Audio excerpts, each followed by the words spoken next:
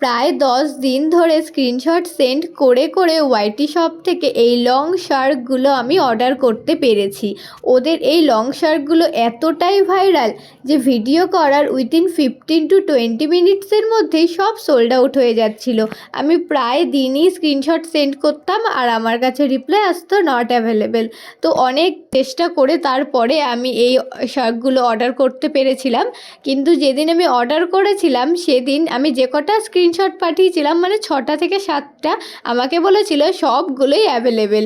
তারপর আমার হয়ে গেছিলো আরেক কনফিউশন যে আমি কোনটা ছেড়ে কোনটা নেব, মানে প্রত্যেকটাই এত সুন্দর। তার মধ্যে ঘটে গেছিলো আরেক কাণ্ড, ওয়াইটি শপ থেকে রিসিভ করা এটা আমার সেকেন্ড পার্সেল। ফার্স্ট পার্সেলটা অর্ডার করার 12 দিনের মাথায় আমি হাতে পাই, আর এটা 6 দিনের মধ্যেই আমাকে দিয়ে গেছিলো। তো আমার কোনো ধারণাই ছিল না যে এই পার্সেলটা এত তাড়াতাড়ি চলে আসবে, যেই কারণে আমি ফোনটাকে কাছে রাখিনি, আমি বাইরে ছিলাম।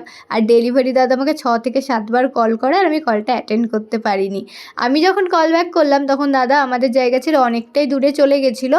তো ডেলিভারি দাদা আমাকে বললো হয়তো আমার কাউকে পাঠিয়ে পার্সেলটা রিসিভ করতে হবে, না হলে এটা অফিসে জমা পড়ে যাবে বা রিটার্ন হয়ে যেতে পারে।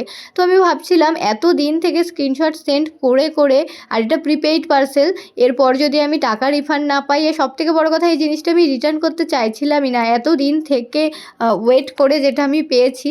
আর পার্সেলটা অনেকটাই বড় ছিল, মানে এটা কাপড়ের কোয়ালিটিটা অনেকটা মোটা ছিল, মানে অনেকটা শীতে তোমরা এটা ব্যবহার করতে পারবে।